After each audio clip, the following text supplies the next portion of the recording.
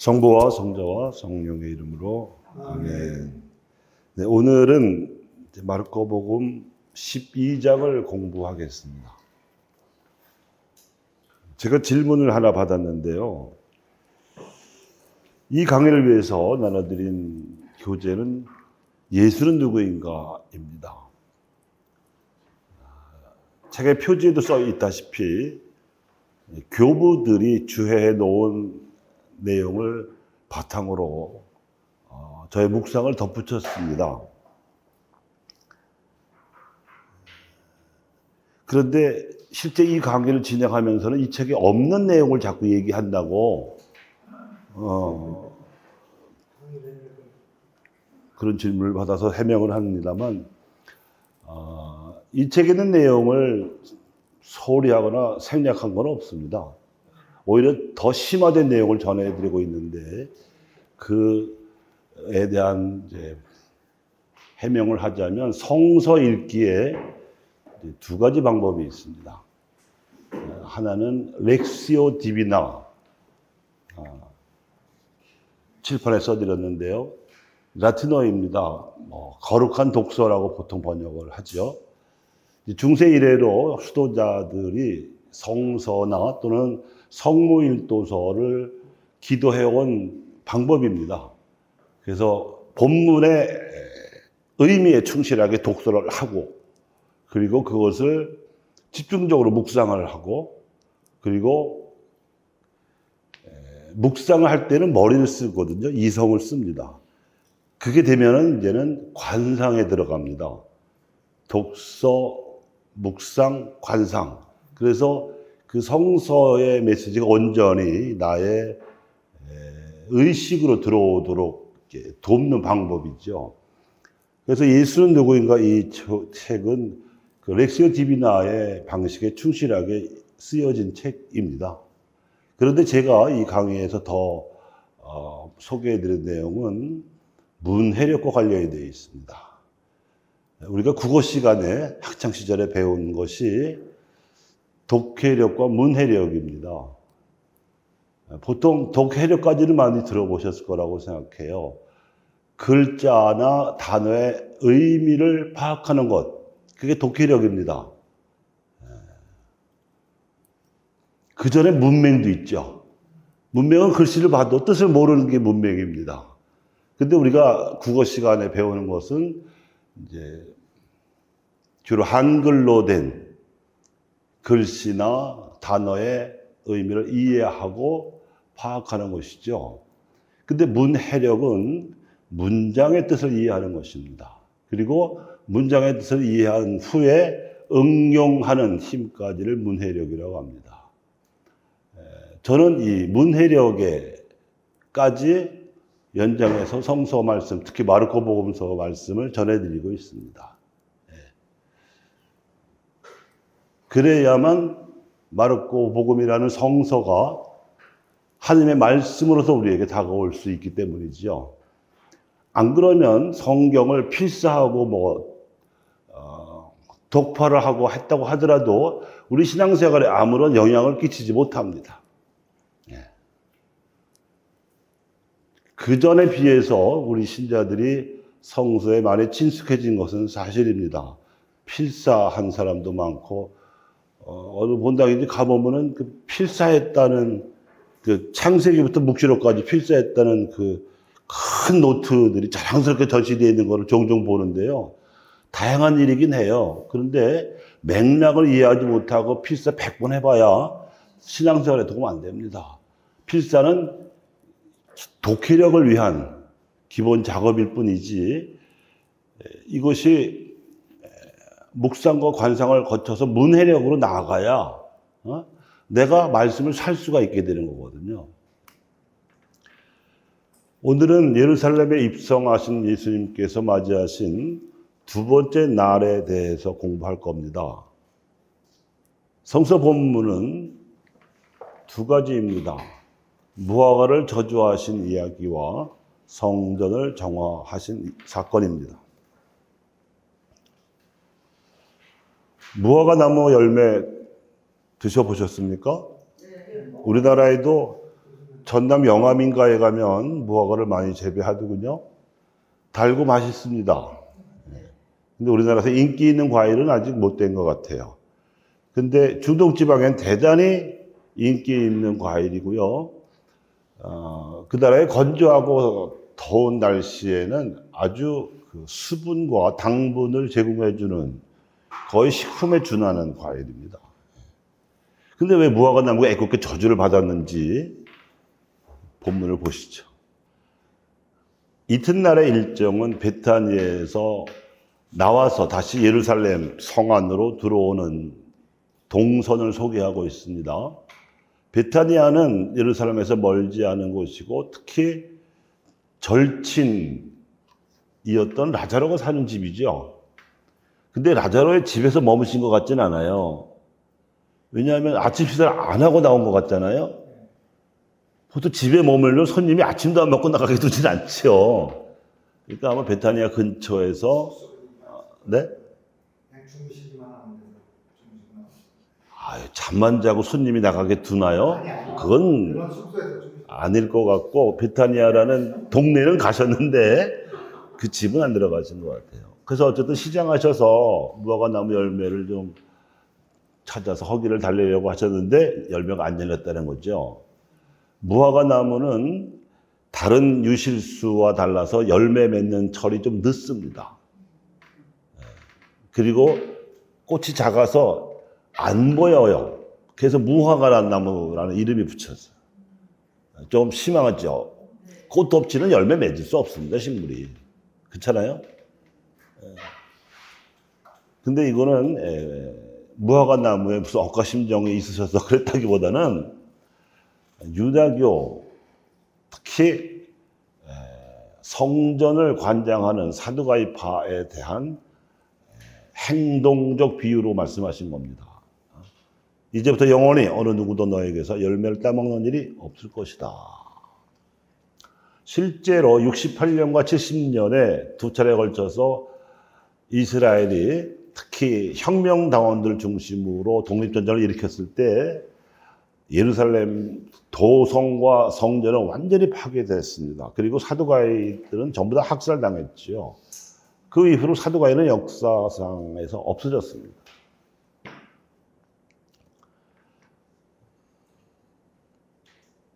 마르코는 이 11장에서 예루살렘 성전을 정화하신 이야기를 전해줍니다. 이 대목을 풀이한 주석가들 중에는 여기서 혁명가로서의 예수를 보는 사람들도 있어요. 왜냐하면 이 예루살렘 성전은 대단히 조직적인 관리 감독하에 있었던 장소인데 예수 혼자서 그렇게 일을 벌일 수가 없다는 거죠. 그리스도교의 입장에서 정화하지만 사두가의 입장에서는 난동입니다.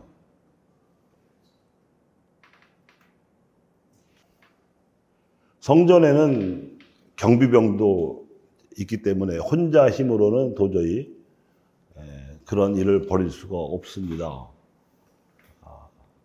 그래서 성전 경비병들을 제압하는 사람들이 필요했을 것이고요. 그리고 사고팔고 하는 자들을 쫓아내셨다는데 재물도 팔았지만 환전상도 있었습니다. 환전상은 돈을 바꿔주는 데잖아요. 해외에 살던 유다인들이 율법을 지키기 위해서 이스라엘을 방문하면 외국 돈을 가지고 있기 때문에 외국 돈은 율법에 어긋난다고 해서 받질 않았어요. 그러니까 환전을 해야 되는 거예요. 근데 이 환전상을 허가하는 권한이 또 대사제에게 있으니까 거기서 또 수수료 수입이 있는 그런 부패한 구조인 거죠. 예수님께서는 이사야의 예언을 인용해서 나의 집은 모든 민족들을 위한 기도의 집이라 불릴 것이다 라고 기록되어 있지 않느냐. 그런데 너희는 이것을 강도의 소굴로 만들어버렸다. 강도의 소굴이라는 표현은 이사야 예언에 없습니다. 예수님의 시각인 거예요. 그런데 그 시각이 굉장히 분노스럽죠. 강도들의 속을. 그러니 그걸 듣고 있던 수석사제들과 율법학자들이 가만히 있을 리가 없죠. 이건 정면 도전을 선언한 것이나 마찬가지입니다. 그래서 그때부터 사두가이파는 예수를 제거할 모의를 시작을 해요. 아마 이 사건만 가지고도 반나절 이상 걸렸을 겁니다. 보시는 사진이 예루살렘 성전인데요. 아주 견고한 돌로 건축된 석조 건물이고요. 그리고 벽과 담으로 3중, 4중으로 둘러싸여 있습니다. 예수님이 인용하신 이사야 예언은 56장 7절의 말씀입니다. 나는 그들을 나의 거룩한 산으로 인도하고 나에게 기도하는 집에서 그들을 기쁘게 하리라. 그들의 번제물과 희생제물들은 나의 제단 위에서 기꺼이 받아들여지리니 나의 집은 모든 민족들을 위한 기도의 집이라 불리리라. 마르코 복음사가가 종종 예수님의 말씀을 소개하면서 예언자들의 예언 기록을 인용하는 것을 여러 번 들으셨죠. 입성할 때는 지그리야 예언을 인용하셨고 지금은 이사야 예언입니다. 이것은 분명한 흐름이라고 볼 수가 있는데요. 왜냐하면 예수님 당시에 유다교는 사두가이건 바리사이건 율법만 중시했어요. 근데 이스라엘 역사의 두 기둥은 율법뿐만 아니라 예언도 있습니다. 개인이나 민족이 하나님께 나아가는 데 있어서 율법과 예언은 함께 필요하고 함께 주어진 계시였죠. 율법은 하지 말아야 될 걸 주로 규정하고 예언은 해야 할 것들을 알려주는 기능이 있는데 예언은 소리하고 율법은 중시한 데서 이스라엘의 비극이 시작됐다고 할 수가 있습니다. 성전은 철저하게 계급적으로 지어져 있어서 제일 가운데 지성소가 있습니다. 지성소에는 뭐가 있는지 아시겠습니까? 계약의 궤가 있습니다. 계약의 궤란 10계명을 새긴 돌판입니다. 석판. 그 석판은 궤짝에 넣어서 보관했기 때문에 계약의 궤라는 말이 생긴 거고 그 계약의 궤는 함부로 보관할 수 없다 해서 지성소, 가장 거룩한 장소를 따로 지었고 이 지성소의 건축 규정은 레위기에 아주 세세하게 나와 있는데 반드시 가로와 세로와 높이가 똑같은 크기여야 됩니다.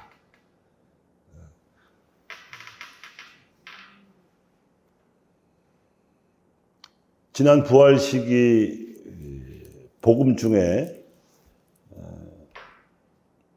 예루살렘을 떠나서 갈릴레아로 제자들을 모이게 하신 예수님이 나타나신 적이 있습니다. 호숫가에서 밤새 허탕을 친 그 어부 출신 제자들에게 예수님이 새벽녘에 나타나셔서 깊은 데로 적어 나가서 그물을 배 오른편에 던져라 말씀하셨는데 그 말씀대로 했더니 그물이 찢어질 지경으로 많은 물고기가 잡혔는데 그 숫자가 몇 마리라고 적시를 했어요. 아시죠? 153. 근데 그 숫자를 성서가 적시를 할 때는 이유가 있습니다. 이 153은 신기한 숫자예요. 매직 넘버입니다. 왜냐하면 각각의 숫자를 세제곱해서 더하면 그제 원수가 나와요. 1의 세제곱 1입니다. 5의 세제곱 125입니다. 3의 세제곱 27이죠. 합하면 153이에요. 이런 숫자가 1부터 1000 사이에 딱 4개 있어요. 그 중에 제일 유명한 게 이 153이에요.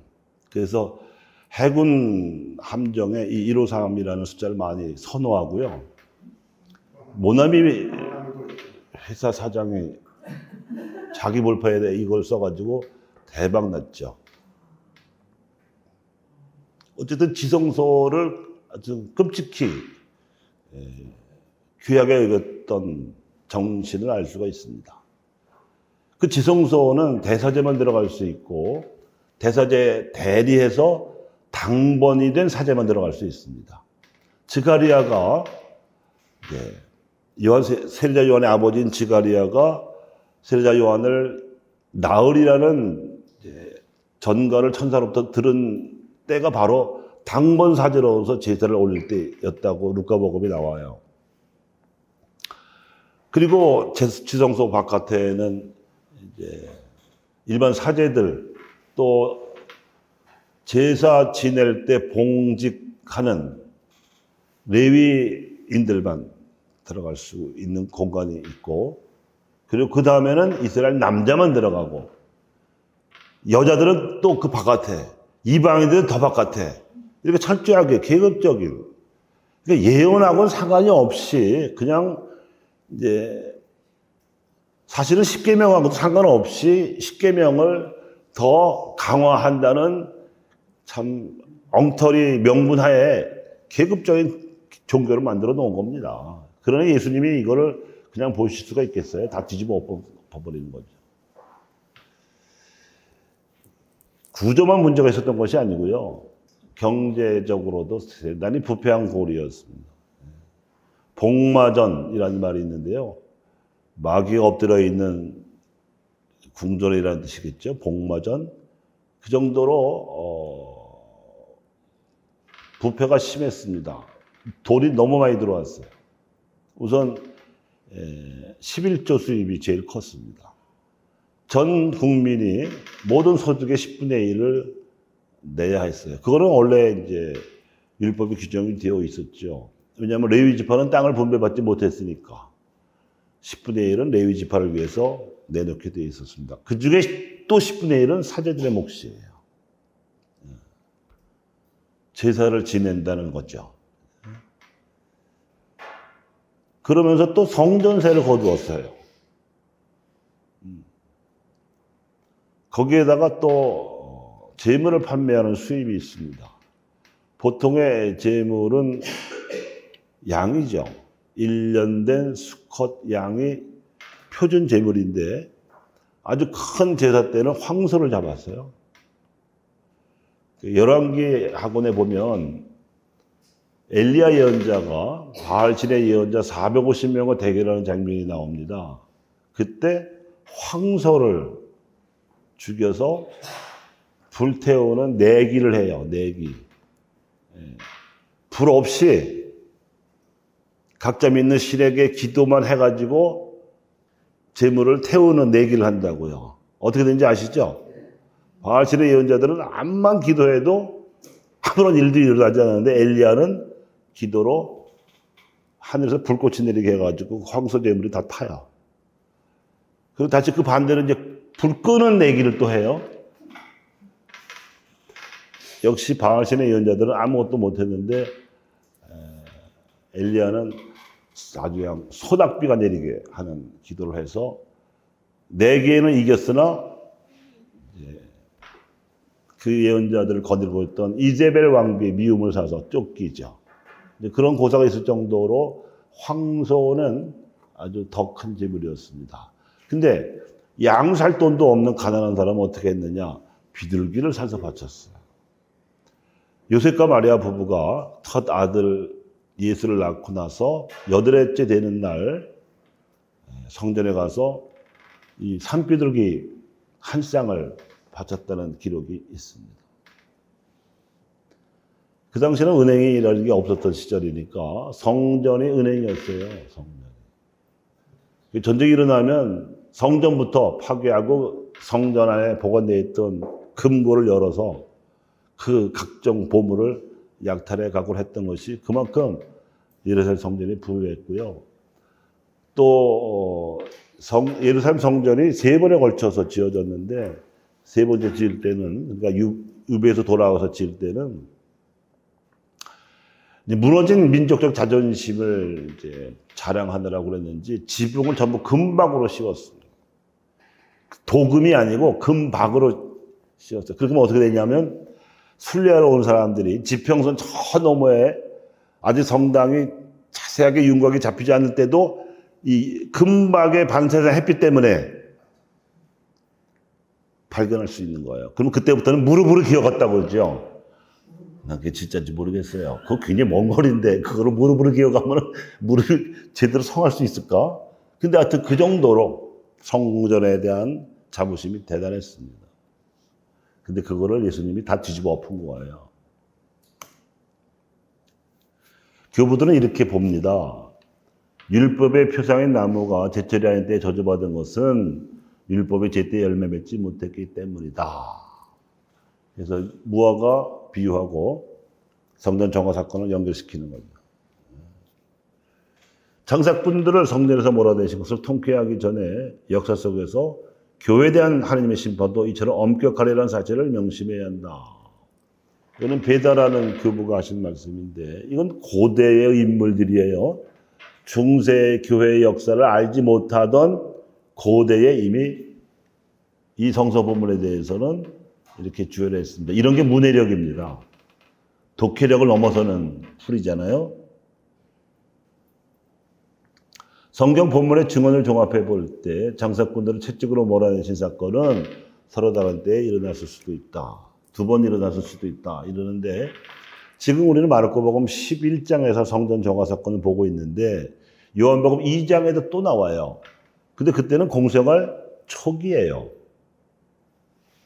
어느 게 옳으냐? 싸울 필요 없습니다. 두 본문이 다 역사적 사실에 기초한 보도일 거예요. 없는 사실을 지을 수는 없어요. 근데 이 아우구스티노의 그 주회가 사실에 부합할 거라고 보는 이유는 원래 이제 이스라엘 남자들이 1년에 반드시 성전에 참여해야 될 의무 절기가 셋이 있습니다. 가월절, 초막절, 그리고 무교절. 가월절은 파스카 축제입니다. 지나갈 과자, 넘어갈 월자, 과월절. 이거는 탈출기에 보면 파라오와 대결하면서 10가지 재앙을 일으키지요. 모세가. 그 10번째가 바로 맞배를 치는 재앙이었습니다. 짐승의 맞배와 사람의 장남들을 전부 죽였죠. 굉장한 끔찍한 작전이었습니다. 그런데 이스라엘 사람들은 그 재앙에서 벗어날 수 있도록 천사가 미리 알려줬는데 그것이 피를 바르라는 거죠. 문설죄다. 그러면 불칼을 든 천사가 지나갈 것이다. 지나감. 이 지나감이 과월 또는 유월 또는 파스카입니다. 이것이 가장 큰 축제였어요. 그런데 그때는 한밤중에 일어난 사건이고 서둘러서 빠져나가야 했기 때문에 저녁을 든든히 먹어라. 대신에 빨리 먹어라. 뭐 나무를 발효시켜서 먹을 생각하지 말고 쓴 나무를 그대로 먹어라. 또 서서 먹어라. 앉아서 먹지 말고. 그 전통, 그 긴박했던 전통을 살리는 게 무교절. 이때 교자가요. 발효할 때 효자랑 같아요. 누룩 안 든 빵을 먹는, 또 발효 안 된 쓴나무를 먹는 그 역사적 기억을 잊지 말라고 하는 절기가 무교절이라서 과월절하고 무교절은 일주일 상관밖에 안 돼요.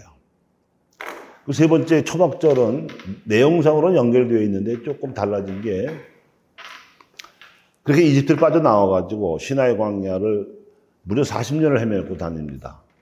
여러분이 지도상으로 보아도 그렇고 실제 거기를 가보셔도 거기는 40년씩 걸리는 거리가 아니에요. 사흘이면 갑니다. 사흘. 그런데 왜 그렇게 오래 걸렸는가? 시나이 광야에서 자리 잡고 있었던 토착민들과 결여했기 때문이기도 하죠. 아말렉족. 그렇지만 더 중요한 이유는 히브리인들의 그 양면성 때문인데요. 혹독한 노예 생활을 하면서 해방을 고대하기도 했지만 이집트에서 하나님께서 주는 음식과 고기에 젖어 있기도 했어요.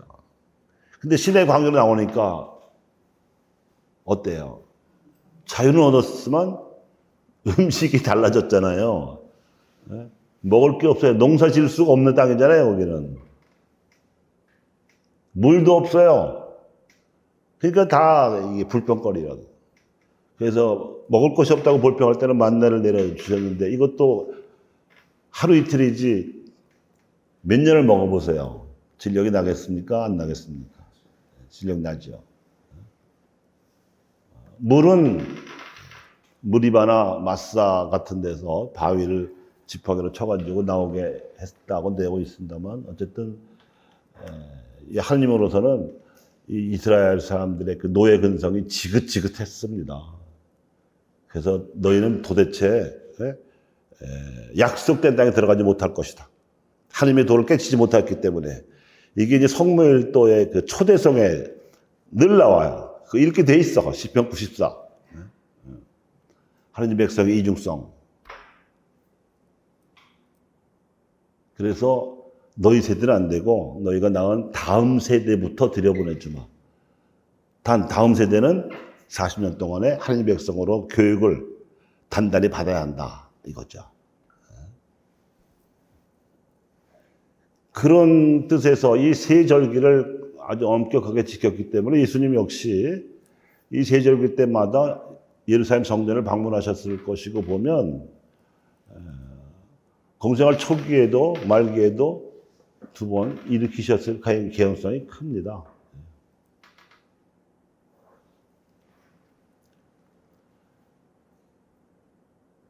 예수님께서는 복마전으로 타락한 예루살렘 성전, 더 나아가서는 성전을 장악하고 있던 사두가이파, 더 좁게는 그 사두가이파의 우두머리인 대세제와 정면 대결을 하기로 작정을 하셨습니다. 그 상징이 무화과 나무였던 거죠.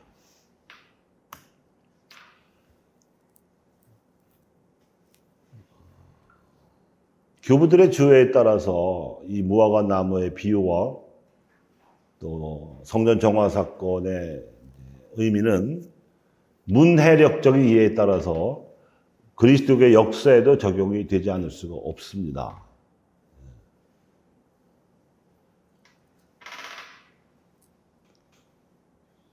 지난 시간들에서 제가 중세와 근세 사이에 일어났던 종교 분열에 대해서 말씀을 드렸죠.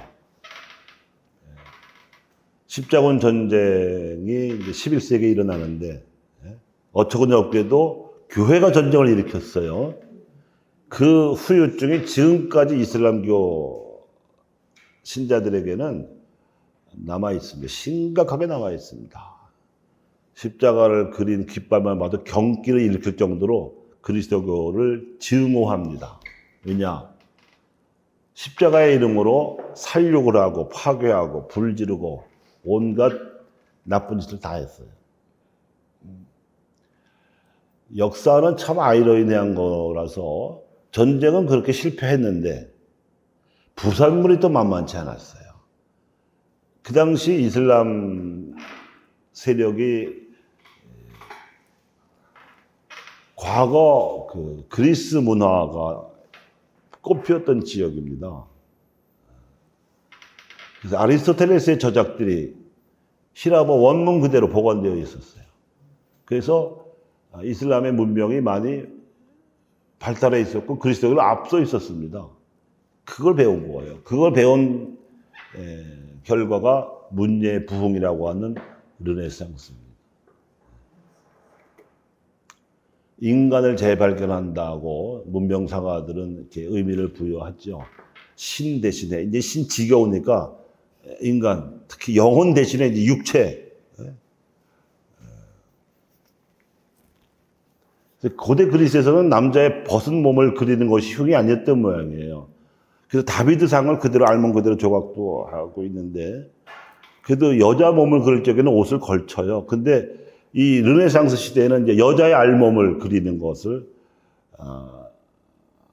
당연시한다거나 또는 알몸까지는 아니래도 여체의 아름다움을 찬미하거나 이제 그 숭상은 좀 너무했나? 하여튼 찬미하는 상업화하는 뭐 그런 풍조가 이제 문예 부흥, 르네상스였던 거죠. 근데 그런 이제 부산물과 별도로 교회 권위는 땅에 떨어지지 않겠어요. 그러니까 이제 프랑스의 왕권이 교황권을 넘보았습니다. 그래서 남쪽 프랑스의 아비뇽이라고 하는 궁전이 있는데 아비뇽에다가 교황을 가두고 프랑스계 출신의 교황들을 연속적으로 배출을 해요. 그게 70년이에요.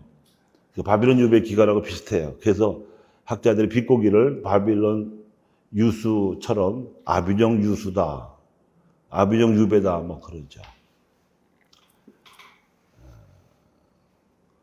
얼마나 교황권이 우습게 보였으면 프랑스 왕이 그런 짓을 하겠냐고요. 그걸 안타까워한 사람이 시에나의 성녀 카타리나이고요. 카타리나는 수도자이면서도 굉장히 능력이 출중했던 사람이었던 것 같아요. 교회에 유력 인사들도 많이 움직일 줄 알았고, 그리고 그가 또 이렇게 언변도 좋아서 그런지 하여튼 아비뇽 궁전에 있던 교황을 이태리로 다시 모셔와요. 원래 있던 궁전이 라테라노 궁전입니다. 이거는 콘스탄티누스라고 그리스도교를 처음 공인한 황제가 쓰던 궁인데 교황에게 줬죠. 그래서 이걸 성전으로 개조한 게 라테란 성전이거든요. 근데 그보다 훨씬 더 큰 베드로 대성전을 지으려고 해요. 근데 돈은 없잖아. 그러니까 이제 무리한 모금을 하는 과정에서 면제분이, 면벌분이 이런 부작용이 나온 거고, 이걸 비판한 게 마르틴 루터죠. 그래서 베드로 대성전 건축을 둘러싼 교회 분열 사태도 결국은 이 무화과 나무에 비유하고 성전 정화 사건에 비추어서 해석을 안 해볼 수가 없어요. 어쩌면 그렇게 이스라엘의 과오를 빼닮았는지 그 걷지 말아야 될 전철을 밟고 있는 겁니다. 그래서 제2차 바티칸 공회에서 이런 역사적인 반성을 철저하게 해요. 그래서 이제 4개의 헌장과 9개의 교령과 3개의 선언문을 이제 발표했고, 그것이 벌써 60년 전의 일입니다. 근데 제가 개인적으로 아쉽고 안타깝게 생각하는 거는 신자들이 공예문헌을 접할 기회가 참 없어요. 공예문헌 배워보신 적 있으세요? 옥시리오 회원들이야 당연히 배우셨겠지. 저쪽 거는 엘리트 아닙니까? 일반 신자들은 정말 강론 중에도 들을 기회가 없을 거예요. 어쩌다 인용해도 무슨 소리인지 몰라. 그죠? 이러면 안 되거든요. 그러니까 예비자 시간, 견진교리 시간 또는 뭐 또 다른 특강 하다못해 저는 이런 기회라도 말씀을 드리고 있는 것이 이거 꼭 아셔야 돼요. 공예문헌은 성경 다음으로 중요한 문헌이에요. 그건 성전이거든, 성전. 거룩한 전통을 할 때 성전. 어쨌든 우리 한국교회는, 여기서 제가 한국교회라고 하는 건 한국 가톨릭 교회를 말하는 겁니다. 한국교회는 제자 바티칸 공회의 정신을 충실히 따르기 위해서 200주년 신앙대회 때 사목회의를 열었어요.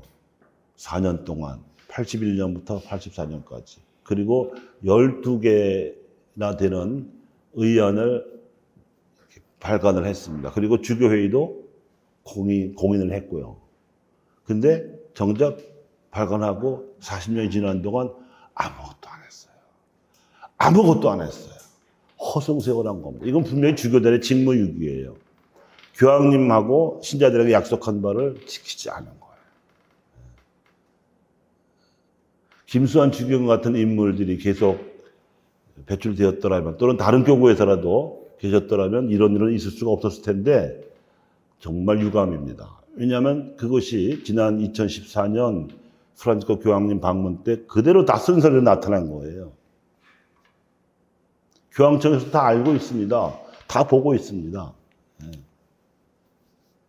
그래서 한국교회와 한민족에 보내는 교황의 메시지가 나온 거죠. 그래서 지금부터는 이 무화과 나무의 비유와 성전 정화 사건을 문해력으로 푸는 겁니다. 세 번 방문하셨습니다. 요한 바로 2세가 2번, 프란치스코 교황이 1번. 요한 바로 2세는 1984년에 시성식 하러 처음 오셨다가 1989년에 세계 성취대회 주관하시러 두 번째 오셨습니다. 그리고 시복식을 주관하시러 프란치스코 교황님께서 2014년에 오셨는데 그 세 번의 방문에서 나온 메시지를 종합을 하면 가장 중요한 명제는 평안한 정의의 열매라는 겁니다. 이것도 이사야 예언에 나와 있는 것이고 사목헌장이 다시 반복하고 있는 명제예요. 평안은 정의의 열매라는 뜻은 정의롭게 행하면 평화가 보장된다는 뜻입니다. 근데 그걸 뒤집으면 정의롭지 못한 자 때문에 평화가 깨어지면 어떡하냐?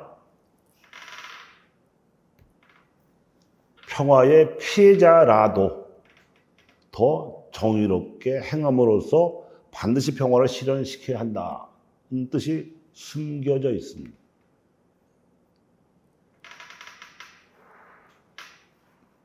한국을 지복해서 세계 성체대회를 열자고 제안하시고 그리고 성체대회의 주제로 에페소서 2장 14절에 나오는 그리스도 우리의 평화를 정해준 요한 바로 2세의 의도가 그겁니다.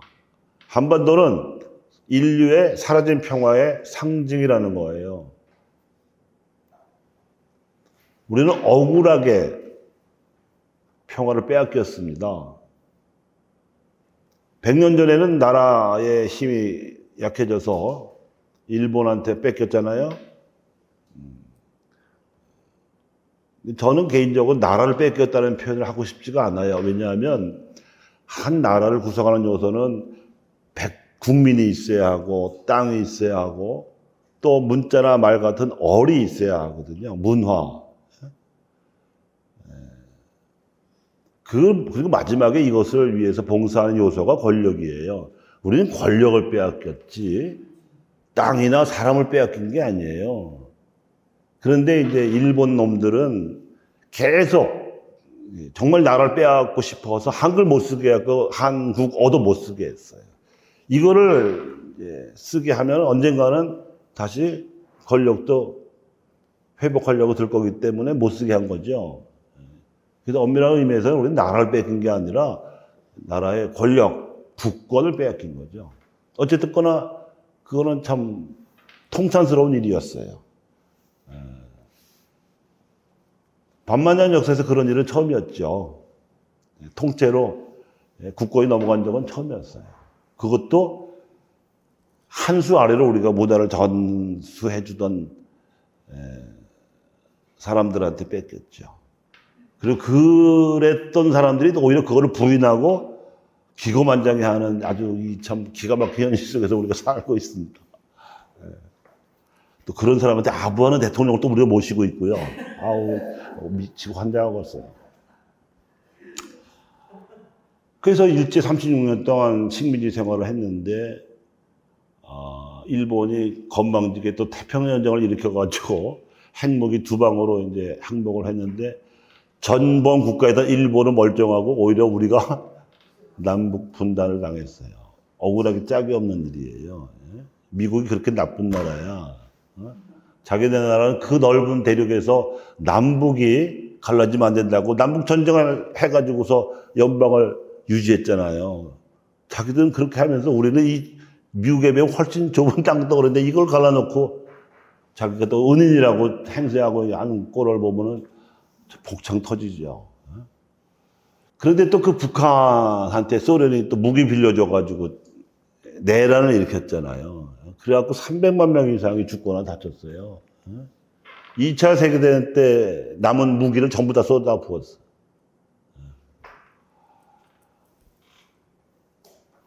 그래갖고 얻은 결과가 뭔가요? 38선이 휴전선으로 바뀌었을 뿐이에요.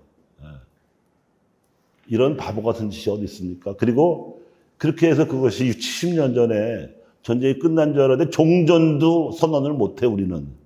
휴전주 전쟁 3년 하고 휴전을 70년 하고 있는 이상한 나라입니다, 우리나라가. 이게 다 주도권이 없기 때문이에요. 우리는 자주권이 없어, 지금까지도. 그런데 그런 한민족에 대해서 미국보다, 일본보다, 중국이나 러시아보다, 북한보다 심지어 더 정의로워야 하느님이 평화를 선물로 주실 거라 이렇게 얘기하는 거예요. 어떻게 보면 좀 받아들이기 어려운 메시지일 수도 있어요. 그리고 남의 일처럼 한가하게 얘기한다고 하실 수도 있는데 교황 측이 볼 때는 그런 거예요. 이유가 있습니다. 마태복음 6장에 보면 기도에 관한 예수님 말씀이 있는데 무엇을 먹을까 무엇을 입을까 걱정하지 마라.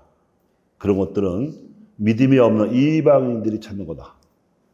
너희는 먼저 하나님의 나라를 구하고 하나님의 의를 구하라고. 그러면 우리가 찾는 것은 덤으로 얻어줄 거라고 했어요. 이 복음 말씀에 입각해서 훈수를 하는 거예요.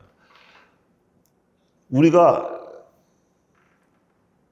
억울한 평화의 희생자하고 피해자인 것은 분명한데 그런데도 그 전쟁의 폐해를 딛고 선진국이 됐어요. 국가의 힘, 즉 국력을 나타내는 여러 가지 지표 중에 거의 10위권입니다. 지금 문화는 말이죠. 10위권이 아니라 거의 탑 클래스예요. 미국이나 영국이나 프랑스나 이태리나 독일 같은 자존심 아주 강한 선진국들이 배 아파하면서도 인정을 하는 현실이 한국 문화의 힘이에요. 경제력 말할 것도 없고 군사력까지도 요새는 또 한국이 그렇게 무기를 잘 만들어갖고 그 무기가 굉장히 다른 상품에 비해서 비싼 거잖아요. 고가의 상품이고 미국이 그래서 재미를 받잖아요. 다른 건 적절해도 그 비싼 뭐 전투기 무슨 여러 가지 장갑차 등등을 만들어서 판매해가지고 소위 군사복합체로 배불린 나라가 미국이잖아요. 근데 그 미국의 무기를 따라잡았을 뿐만 아니라 미국이 오히려 우리 무기를 사야 할 판으로 우리가 발전했어요. 그런 국력의 이제 놀라운 신장을 교황청도 알고 그 저력을 믿는 거죠. 그리고 우리가 그렇게 국력을 키우는 동안 우리는 책임질 일을 어느 나라에 대해서도 한 적이 없어요. 침략해 본 적이 없다고. 식민지 삼은 나라도 없어.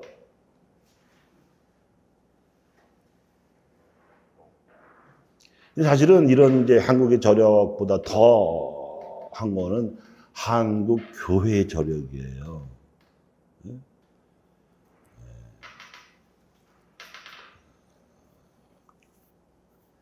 가장 큰 저력은 스스로의 힘으로 복음을 들여왔다는 겁니다. 이런 나라가 없어요. 가톨릭 2000년 역사상 이런 민족이 없어요. 그것도 평신도가 직접 들여왔어. 요즘 평신도들 반성하셔야 돼요.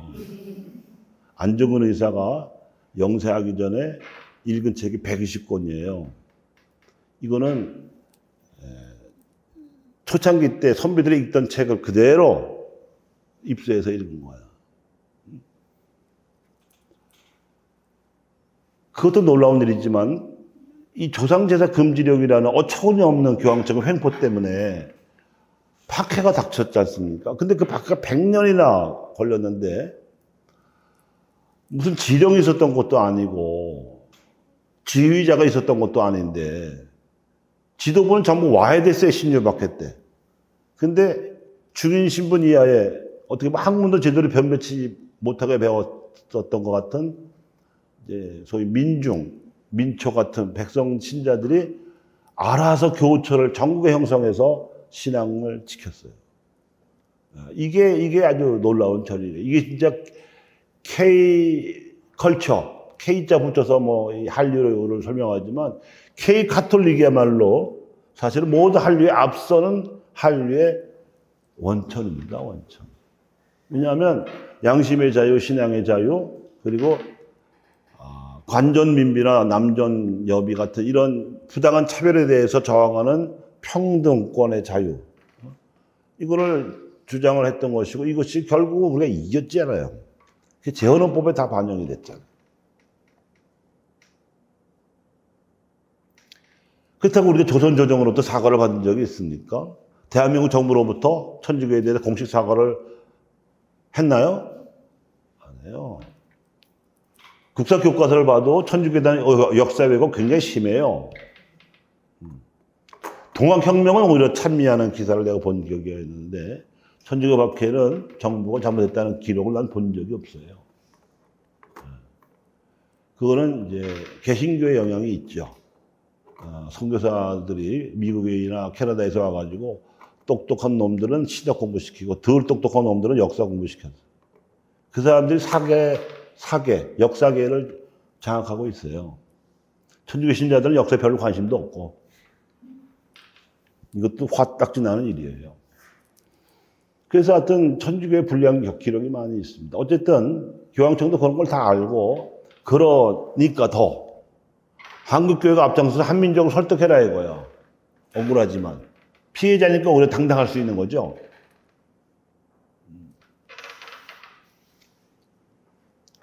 그래서 그렇게 소망하는 한반도의 평화를 얻고 싶으면 더 큰 지향, 하느님의 뜻은 인류 복음하고 당장의 발등의 이제 과제는 아시아 복음화예요.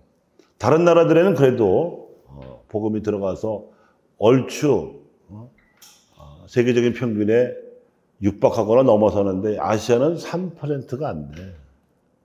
3%가 안 돼. 그 아시아에서 그나마 한국이 1등이에요.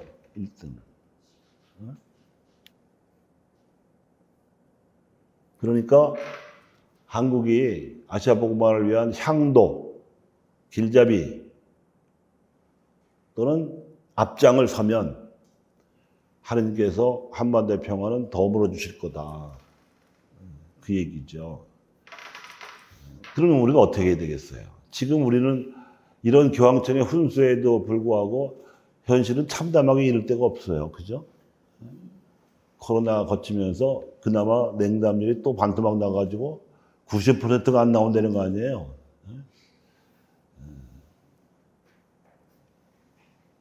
저는 냉담하는 사람들이 나 이제부터는 죄 지을 거야 하고 냉담했다고 생각하지 않아요. 여러분 그렇게 생각하세요? 또 안 믿는 사람들이라서 맨날 죄 짓고 사는 거 아니에요. 가정교육 제대로 받고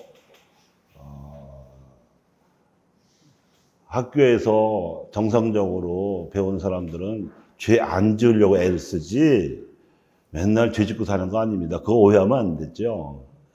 문제는 믿음의 매력이 약해진 거예요. 믿는 사람들의 모범이 아주 현저하게 약화된 거예요. 보고 배울 게 없다. 난 나 혼자서도 충분히 잘 살 수 있다. 깨끗하게 살 자신 있다. 이거지요. 그래서 한류 현상에서 읽어야 하는 시대 지표가 그거라고 봐요. 한류 현상 자체는 신앙하고 직접 관련이 없는 거지만 그러나 관련이 전혀 없지는 않은 것이 선한 영향력이 항상 있어요. 이게 미국의 문화를 미류, 일본의 문화를 인류, 영국의 문화를 영류, 프랑스의 문화를 분류라고 부른다면 그런 다른 제국주의적이고 강대국의 일방적인 문화와는 질적으로 다른 거예요. 사람들이, 전 세계인들이 한류 문화에서 느끼는 선한 영향력은 전에 없던 거예요. 한류에서 그들은 한국을 보는 게 아니라 자기네의 밝아질 미래를 보고 있는 거예요. 한국을 모델 삼아서 배워가지고 자기들 한국인처럼 되고 싶다는 게 한류의 기본 원인이거든요. 이거는 종교적이진 않지만, 아닐는지 모르지만, 복음적인 거예요. 이걸 타야 된다고 보는 거죠. 이 바람을 타야 된다고 보는 거죠. 박해시대 교촌이 어떻게 형성됐는지 설명드렸잖아요. 누가 지령한 것도 아니고 누가 지휘한 것도 아닙니다.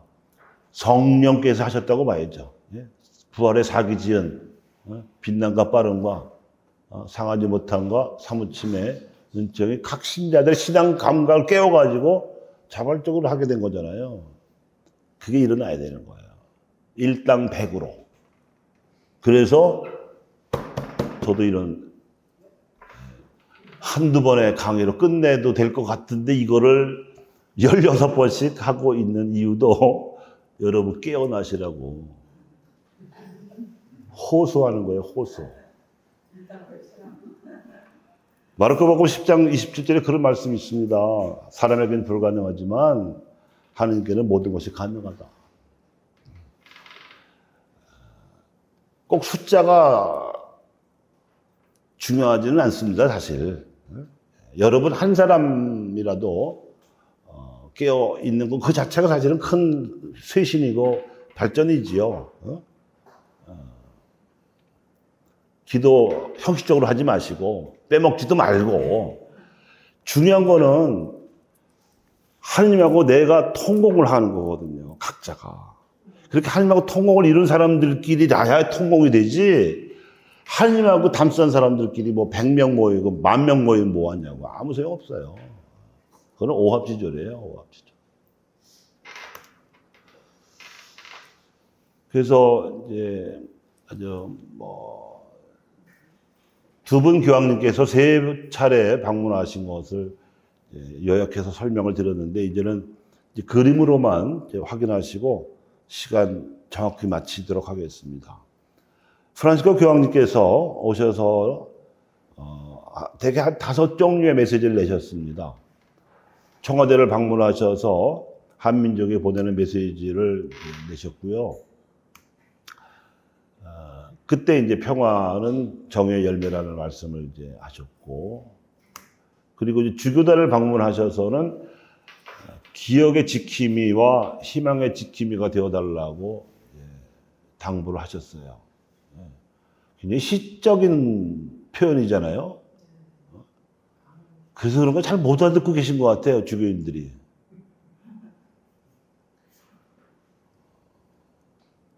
그리고 이제 꽃동네 연수원에서 수도자 대표들도 만나셨습니다. 그래서 교황님, 주교단 앞에서 교황님께서 기억의 지킴이와 희망의 지킴이가 되기 위해서 가난한 이들을 위한 가난한 교회가 되어달라고 당부를 했는데 이 당부를 수도자들이 앞장서 달라고. 가난한 이들을 위한 가난한 교회가 되려니까 무슨 건물도 팔고 뭐 교회 재산을 다 팔으란 얘기냐 이렇게 잘못 알아듣는 사람이 있는데 그게 아니고 복음적으로 가난화되는 건 나누어서 가난해지는 거예요. 나누어서. 이미 나눠야 할 돈이 뭐냐면 신자들이 바치는 헌금, 교무금이 있잖아요.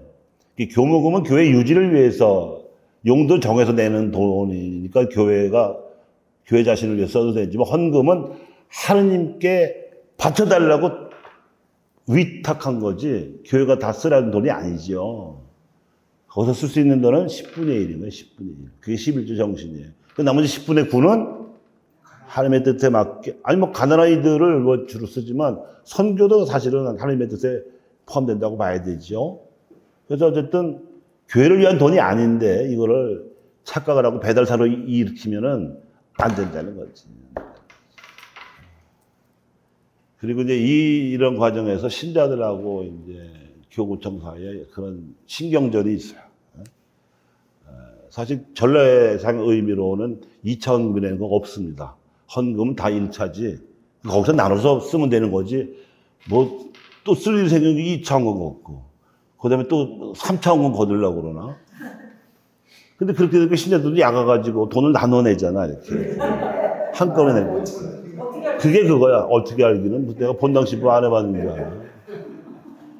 헌금 집계하면 다 알아요. 다 뻔한 건데, 뭐. 이참은 한 주일이나, 안 한 주일이나 똑같아, 내는 돈은. 나눠내니까. 심지어 헌금함에 거슬러 가는 사람도 있어. 왜 그런 비복음적인 갈등과 줄다리기를 해야 되느냐, 이거지. 그러니까 문제는 돈에 관한 신자들이 성당을 안 믿어. 신부들을 안 믿다는 거예요. 또 신부를 안 믿게끔 교구청이 시켜. 2차금 실시하라고. 한 해 2차금 실시하는 게 10번도 훨씬 더 넘을 거예요. 그나마 이제 한 몸은 좀 정신 차렸더라고요. 이미 모아진 것에서 먼저 쓰고 또 걷더라고요. 저는 그것도 안 쓰고 걷기만 했어요. 아주 인색한 부자의 전형이었어. 우리 교회가 그래. 네? 이렇게 하면은 복음적이지 못해요. 매력이 없어지는 거예요. 돈처럼 개인이건 나라건 교회건 돈은 하나님이 아니야. 근데 돈만큼 하나님의 뜻대로 철저하게 써야 되는 것도 없어요. 그래서 돈 쓰는 거 보면 그 사람 인품이 나와. 그래야 안 그래요? 8월 15일 성모 순천대축일에 대전 월드컵 경기장에서 신자들하고 미사를 하셨고요.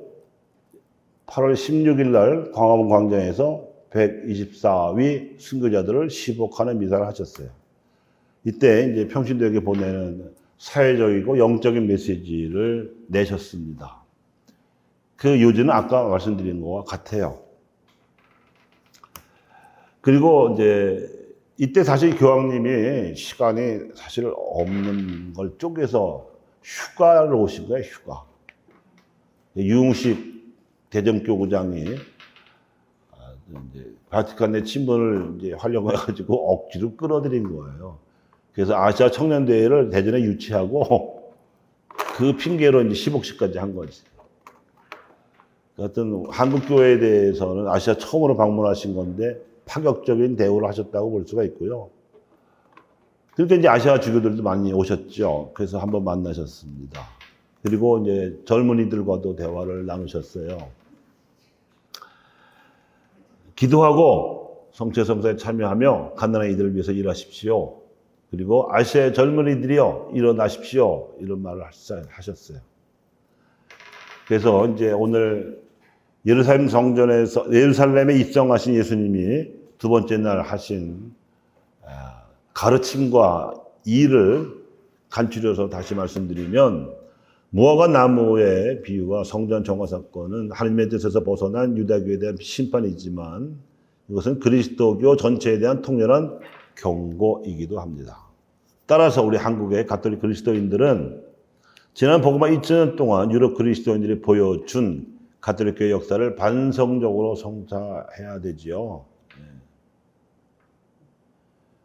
그리스도교 신앙의 정수를 우리가 그들로부터 전해받은 것은 고마운 일이지만 잘못한 거는 반면교사를 배워야지요. 무엇보다도 오묘한 섭리로 복음 진리를 들여오게 하신 하나님의 눈으로 한국 가톨릭교의 역사를 돌아보셔야 해요. 이거는 의무입니다, 여러분. 우리 역사, 우리 뿌리예요. 그리고 나서 이걸 바탕으로 향후에 도대체 하나님이 우리 한국 신자들과 한국 교회에 바라시는 게 뭔가 하는 미래의 소명을 내다봐야 한다고 말씀을 드리고 마치겠습니다. 성부와 성자와 성령의 이름으로 아멘.